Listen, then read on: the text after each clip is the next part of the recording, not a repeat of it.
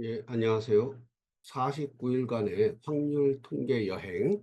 자, 오늘은 아홉 번째 시간입니다. 교재에서 9일차 확률 분포 함수에 대해서 오늘 살펴보는 시간을 갖도록 하겠습니다.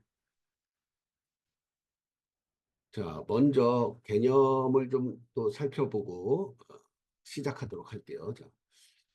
자, 우리 보통 우리가 평생 살면서 병원에 가서 뭐 진단을 받는 경우 종종 있죠. 예, 아무리 건강한 사람이라도 건강검진 정도는 1년에 한 번씩, 1, 2년에 한 번씩 이제 건강검진 이제 받죠. 예. 그 병원에 저희가 이제 가면은 그 이제 간호사들이 주는 어떤 기록지에 자신의 어떤 생년월일이라든가 뭐 체중이라든가 혈압 같은 것들을 이제 측정해서 기록을 합니다. 근데 그렇게 기록된 내용들이 이제 사실은 다 데이터죠. 데이터인데 환자의 생년월일 같은 거는 변하지가 않죠. 그런 걸 이제 결정론적 데이터라고 합니다. 반면에 이 체온이라든가 체중이라든가 혈압 이런 거는 측정할 때마다 조금씩 다른 결과값이 나올 수 있죠. 예. 즉 조건과 어떤 상황에 따라서 달라질 수 있는 데이터입니다. 그런 데이터를 확률적 데이터라고 합니다. 그래서 이 데이터에는 결정론적인 데이터와 확률적 데이터 이렇게 이제 두 가지 종류의 데이터가 있다라는 거 이제 이해하고 넘어가도록 하고요. 자, 그다음에 분포. 자, 분포라는 단어가 또 자주 나옵니다. 예.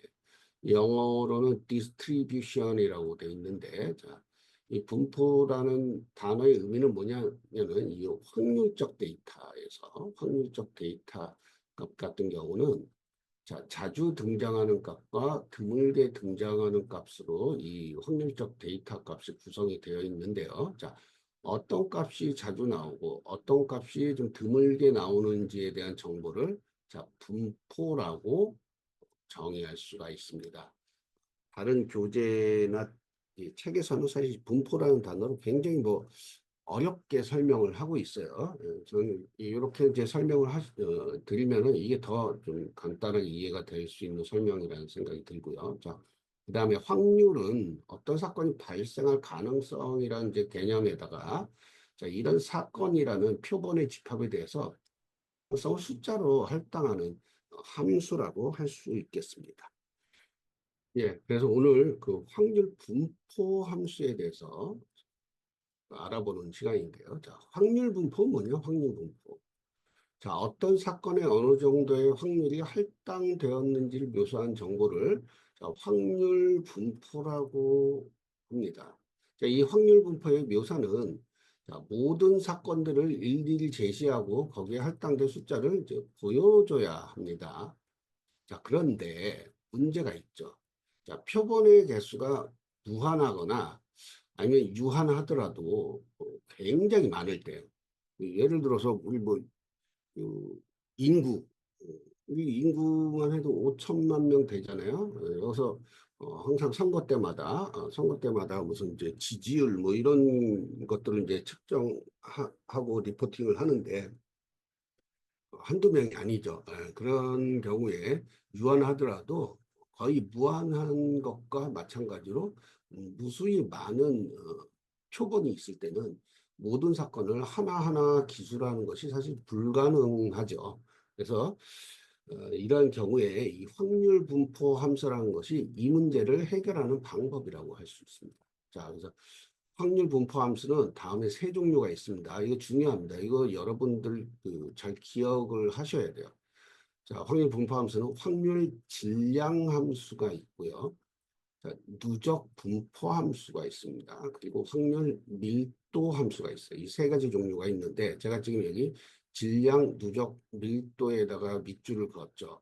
이건 그냥 저만의 방식인데 이 확률 분포 함수 세 가지 종류를 머릿속에 잘 기억해 두기 위한 방식이에요. 그래서 질량, 누적, 밀도 이렇게 좀 이제 기억을 했습니다. 그래서 확률 질량 함수 probability mass function에서 PMF라고 하고요. 누적 분포 함수에서 Cumulative Distribution Function의 CDF라고 합니다. 자, 확률 밀도 함수는 Probability Density Function의 PDF라고 합니다. 예.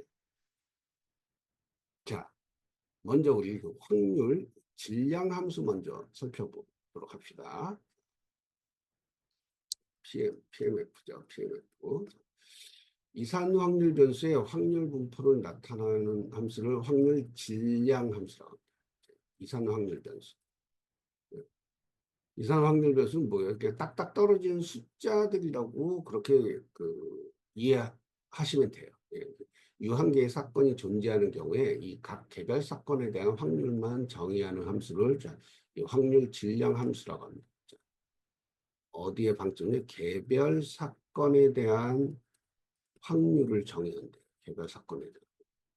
자, 소문자 P로 표시를 해요. 소문자 P로. 반면에 여러 사건이 발생할 확률을 구할 때는 대문자 P를 사용합니다. 이건 뭐 수학자들이 이렇게 어, 기호를 약속한 거예요. 자, 확률과 확률 질량 함수는 이제 다른 개념인데, 자, 보시면은 1에서 10까지의 숫자 중에 숫자 2, 3, 4가 뽑힐 확률은 어떻게 될까요? 이건 이제 0.3이겠죠. 30%. 10개 중에 3개니까. 자, 그런데 이 2, 3, 4가 뽑힐 확률, 이걸 여러 사건이 발생할 확률을 이제 쓰는 거니까 대문자 P에다가 가로하고 중가로해서 2, 3, 4, 0.3 이렇게 이제 정의를 해요. 근데 확률 질량 함수로 나타내면 확률 질량 함수는 개별 사건에 대한 확률을 정의하는 거니까 소문자 P를 쓰고 2가 뽑힐 확률, 3이 뽑힐 확률, 4가 뽑힐 확률을 따로따로 이렇게 표기해가지고 플러스를 해줍니다. 그래서 0.3이다. 이렇게 표기를 해주는 거예요. 확률 질량 함수는 사건이 아닌 원소. 자, 여기 이제 사건이 있고, 뭐 원소란 용어가 있는데, 저렇게 사건은 어떤 개별 원소들의 집합, 그러니까 집합의 성격이 강한 그런 개념이라고 보시면 돼요. 원소는 어떤 동일한 개별적인 그런 이제 의미라고 보시면 됩니다. 그래서 사건이 아닌 원소에 대해서만 정의할 수 있기 때문에 소문자 P를 써놓고는 개별 원소들을 이렇게 묶어서 가로로 묶어서 표기하는 건 틀린 표기라는 거예요. 예제를 하나 풀어보도록 할게요. 교재에서 예제 9.1. 자, 공정한 주사위를 던졌을 때 다음 사건에 대한 확률 얼마인가? 자, 공정한 주사위라고 했으니까 각 주사위 눈이 하나하나 나올 확률은 6분의 1이 될 거예요. 수학적 확률 6분의 1이죠. 자, 확률의 계산 시 확률 밀도함수 이용하라. 이거 저기 못합니다. 확률 질량함수예요. 질량함수. 교재에 간혹 이런 오타들이 좀 있는데 이건 이제 양해해 주세요. 자, 첫 번째는 주사위 눈이 1하고 2가 나오는 사건에 대한 확률을 구하는 거예요. 자, 이거 어떻게 구해야겠어? 이 1, 2를 두 가지를 다 표기하려면 대문자 P, 각각 표기하려면 소문자 P니까 자 보십시오. 확률 질량 함수를 이용하라고 했어요. 그러니까 첫 번째는 자 이것의 확률은 자 확률 질량 함수 하나씩 하나씩. 아까 6분의 1, 6분의 1이라고 했죠. 자, 그래서 3분의 1. 자, 두 번째 문제 봅시다. 자, 두 번째 문제도 이렇게 되겠죠. 자, 여러 개의 확률을 표현하는 건 이렇게 대문자를 쓰고 소문자로 이렇게 표기를 해줍니다. 그래서 각각 6분의 1, 6분의 1, 6분의 1 다 더해주면 2분의 1이 되겠죠. 어렵지 않습니다. 확률 질량 함수는. 자, 그 다음에 누적 분포 함수에 대해서. 두 번째 누적 분포 함수라고 했죠. 누적의 방점을 찍었어요. 자, 확률 변수 x가 마이너스 무한대부터 입력된 어떤 특정 값까지 누적된 확률을 그 결과값으로 하는 함수예요. 자, 이게 누적 분포 함수다. 자, 만약에 어떤 표본 공간이 실수의 어떤 표본 공간이 실수의 집합이면 사건들은 시작점과 끝점의 두 숫자로 뭔가 이루어진 그 구간으로 표현을 합니다. 그래서 x가 뭐 a부터 b까지의 구간이다. 그러면 a부터 b까지 이렇게 a라는 사건의 집합은 이렇게 a부터 b까지 사이 있다. 시작점을 음의 무한대에서 특정 값까지의 구간을 갖는 표본 공간 S는 이렇게 표현할 수가 있죠. 그죠? 그러니까 모든 실수는 음의 무한대보다 크기 때문에 미 표기 방법에서 보통 이거 마이너스 무한대를 생략합니다. 자, 그렇게 해서 이러한 사건의 확률 분포를 묘사하는 함수를 누적 분포 함수라고 하고요. 약자로 CDF, Cumulative Distribution Function 해서 CDF를 쓰고 함수 기호는 라지 fx. 일단 여러분 이거 잘 기억해 두세요. 라지 fx 있습니다. 이런 일단 누적 분포 함수다. 마이너스 무한대를 생략해가지고 이렇게 표기를 해주세요. 그죠? 자, 이것도 문제 하나 풀어볼까요? 자, 교재에 있는 예제 9.4입니다. 0도에서 180도 사이에 화살이 2배 더 잘 박히도록 조작된 원반을 이용해서 복권 번호를 어, 결정하는, 그 복권 번호를 생성하는 거죠. 그런 문제에서 누적 분포 함수를 구해보자 이렇게 되어 있는데, 자, 무슨 얘기인지 잘 이해가 안 가실 수 있는데, 자, 일단 그림 보시죠. 자, 이게 이제 원반이에요. 자, 그래서 0도, 여기 이제 90도 정도 되겠죠. 자, 180도, 270도, 자, 이게 다시 또 이제 가면은 한 360도 이렇게 되겠죠. 예. 이 원반입니다. 그런데 0도에서 180도 사이, 그 0도에서 180도 사이에 화살이 2배 더 잘 박힌대요.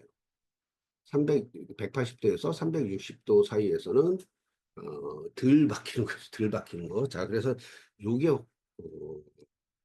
확률로 따지면은 요쪽이 3분의 1, 3분의 2, 이쪽이 3분의 1의 확률.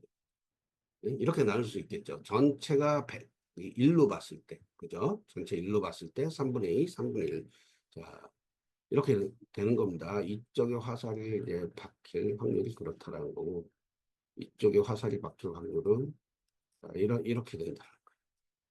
자, 이거를 누적 분포 함수를 구해보자는 건데, 자, 처음에 이 문제 좀 어렵게 생각할 수 있을 테니까 제가 이렇게 풀이를 보여드릴게요. 자, 누적 분포 함수니까 일단 라지 fx 써줍니다. 라지 fx. 자, 그래서 각 구간을, 누적 분포 함수는 구간을, 네? 구간을 어떻게 한다고 했어요? x가 있으면은 원래 마이너스 무한대 특정 어떤 특정 값이 나오는 거죠. 특정 값이 이렇게 나옵니다. 자, 먼저 x가 0도 미만일 경우, 0도 미만일 경우는 사실 제로죠, 제로. 여기에 어떤 그 복권 번호도 부여할 수가 없습니다. 자, 0도에서 180도 사이에서는, 0도에서 180도 사이에서는 3분의 2, 가중치가 3분의 2가 이렇게 계산이 된 거예요. 자, 그 다음에, 자, 뭔가 여기 이제 그 번호를, 자, 1에서부터, 0에서부터 180까지 주어지니까 180분의 x를 이제 곱해주는 거예요. 자, 이게 0도에서 180도까지 구간에서의 어떤 그 복권 번호를 부여하는 그 계산 방법이 될 것입니다. 자, 그 다음에 보시면은 180도에서 360도 요 사이에서는 자, 일단은 누적이기 때문에 앞에서 했던 그 가중치 3분의 2에다가 이 확률에다가 더하기 자, 여기에서의 어떤 그 가중치 3분의 1을 이제 곱해줍니다. 그리고 180분의 자, x가 무슨 값이 나올지 모르겠지만 자, 180보다 큰 숫자가 나오겠죠. 자, 그래서 x가 180보다 크기 때문에 x-180. 그래서 이렇게 계산을 해줍니다. 그리고 360도 이상이 된다. 그러면 이게 누적이기 때문에 여기서 이제 100, 어, 100%가 됩니다. 1. 네. 이렇게 구하는 게 이제 누적 분포함수를 이제 구한 거예요. 네. 자, 그 다음에 이제 확률 밀도 함수. 이 PDF라고 했죠. Probability Density Function입니다. 자, PDF는 연속 확률 변수의 확률 분포를 나타내. 연속 확률 변수. 자, 연속 확률 변수다 보니까 개별 값들에 대한 확률 값이 존재하지 않습니다. 존재하지 않는다. 존재하지 않아. 따라서 이 PDF는 반드시 구간 단위로 확률 값이 존재한다는 거예요. 근데 이러한 구간 단위의 특정 지점에 대한 값을 구하는 것이 이 확률 밀도 함수이기 때문에 이거는 CDF 누적 분포 함수의 도함수. 그 누적 분포 함수를 미분해서 정의를 한다. 우리 지난 시간에 우리가 지난 시간하고 지지난 시간에 미분 적분에 대해서 배웠죠. 미분 적분에 대해서 살펴봤습니다. 그래서 미분 뭐 잘게 쪼개서 나눈다고 했습니다. 그 어떤 특정 구간에서의 어떤 순간 변화율이라는 걸 구했죠. 미분에서. 자, 똑같습니다. 자, 이렇게 이 미적분 공식을 사용해서 확률 변수가 나올 수 있는 전체 구간을 아주 작은 폭의 dx를 갖는 구간들로 나눈 다음에 각 구간의 확률을 살펴보는 방법을 사용하는 거예요. 자, 만약에 자, x1 근처에서 x1 근처에서 폭 dx를 갖는 구간의 확률을 구하면은 자, 이게 바로 요 이제 그림이에요. x1에서 x1 플러스 dx 요 폭에 대한 요 폭입니다. 요 폭에 대한 구간의 확률을 구한다면은 자, 이 수식처럼 구할 수가 있어요. 이 누적 이 확률을 누적 분포함수를 이용해서 이제 구하는 거예요. 누적 분포함수. 그죠? 자, 즉 x1 플러스 dx까지의 누적 확률 값에서 x1까지의 확률 값을 빼준 거죠. 빼준 거죠. 이걸 이제 차감해가지고 요 구간에 대한 확률을 구하는 겁니다. 무슨 얘기인지 아시겠죠? 자, 아래의 그림은 자, x1의 값 근처의 확률하고 x2의 값 근처의 확률을 비교하는 문제를 나타내요. 사실 x1하고 x2 개별 확률 값을 구할 수가 없죠. 개별 확률 값은 그냥 제로예요, 제로. 이 구간으로 되어 있기 때문에 확률 밀도 함수라는 게 순간 변화율을 구하는 방식을 우리가 미분해가지고 이제 구했단 말이에요. 자, 그래서 자, 이 두 지점 이 x1과 x2 값 근처 확률 비교하는 이제 문제를 나타낸 그림이라고 이제 했는데, 자, 보시면 이 두 지점의 비교는 x1 플러스 dx하고 x2 플러스 dx를 각각의 구간으로 해가지고 이제 계산을 하면 자, 이렇게 구할 수 있죠. 자, 누적 분포 함수로 이렇게 구해줍니다. 그래서 각각의 여기에서 어떤 확률 값을 구하는 거죠.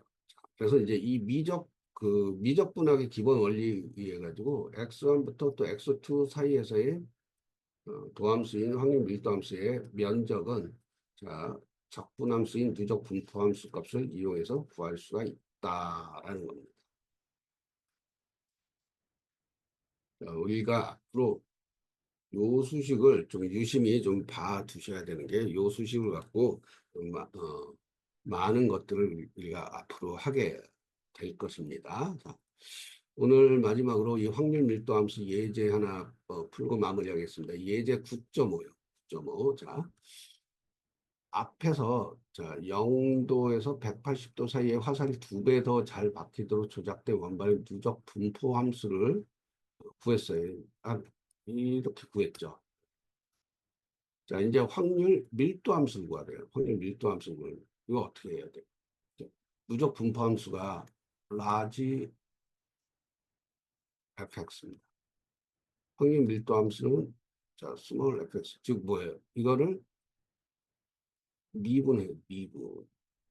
미분하면은 확률 밀도 함수를 구할 수 있다고 했습니다. 이게 구간 앞에서 제가 설명드린 게 이 얘기예요. 이 구간에 대한 누적된 이제 함수니까 자, 그 확률 밀도 함수 이렇게 보여요. 자, 일단 표기들을 보세요. 다 같은 의미입니다. 같은 의미고 자, 여기서 보시면은 자, 숫자 0을 미분하면 어떻게 돼요? 그냥 0이 되죠. 그죠? 그리고 아래 보세요. 숫자 1을 미분하면 어떻게 돼요? 또 0이 되죠. 그래서 그 0은 그 값인 0이 0도 미만일 때하고 x가 360도 이상일 때 0이 된다라는 거예요. 미분했을 때. 자, 그 다음에 0도에서 180도 사이에 요 값을 3 곱하기 2 곱하기 3분의 2 곱하기 180분의 x를 미분하면 어떻게 돼요? 미분하면. 이거 미분해보세요. 미분하면은 270분의 1 됩니다. 자, 요 구간에서는. 자, 그 다음에 180도에서 360도 사이.